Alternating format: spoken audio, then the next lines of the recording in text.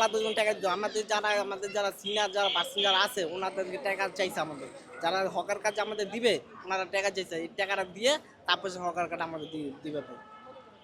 কত করে টাকা চাইছে?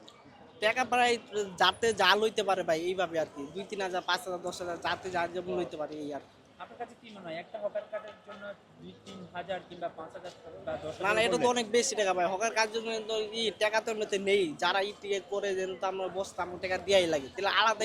হকার কার্ডের টাকা এটা আবার আলাদা কেন দিতে হবে ভাই তাতে তো সমস্যা হয় এটা তো বড় ধরনের সমস্যা ভাই বুঝছেন এই ফুটপাত উঠাই দেওয়ার কারণে আমাদের অনেকে ব্যবসায়ী লস যাইতেছে ব্যবসা উঠাই দিচ্ছে আমার একটা ফ্যামিলি আছে আমাদের দেশে বাড়িতে ফ্যামিলি আছে বাচ্চা পোলাপান আছে আমাদের সবাই ফ্যামিলি হচ্ছে এখান থেকে যাবতীয় যত ফুটপাত আছে সব উড়াই দিতেছে পুলিশে আইসা মাইরা মুইরা যা আছে আবেদন যা কিছু আছে পুরা উড়াই দিতেছে ফুটপাত একটাও থাকতেই না পুলিশ আয়ে ফুটপাত সব ভেঙে চুরালা আমাদের তো পুরো সমস্যা হয়ে যায় তাই না আমাদের দেশে ফ্যামিলি আছে কি আছে আমরা সবাই জামুক এখন আমাদের যে এখান থেকে উড়াই দেয় তাহলে আমরা যাবো আমাদের একটা ব্যবস্থা কইরা দেখ একটা ব্যবস্থা কইরা দিচ্ছে না এই যা উড়াই দিতে পারে তাই না এটা তো পারে না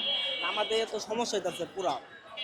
না হাজার হাজার মানুষের সমস্যা গুলিস্তান এলাকায় আগে ছিল কে মনে হয় কি হয়ে গেছে এই যে আমাদের যাবতীয় সবকিছু সমস্যা হয়ে যাচ্ছে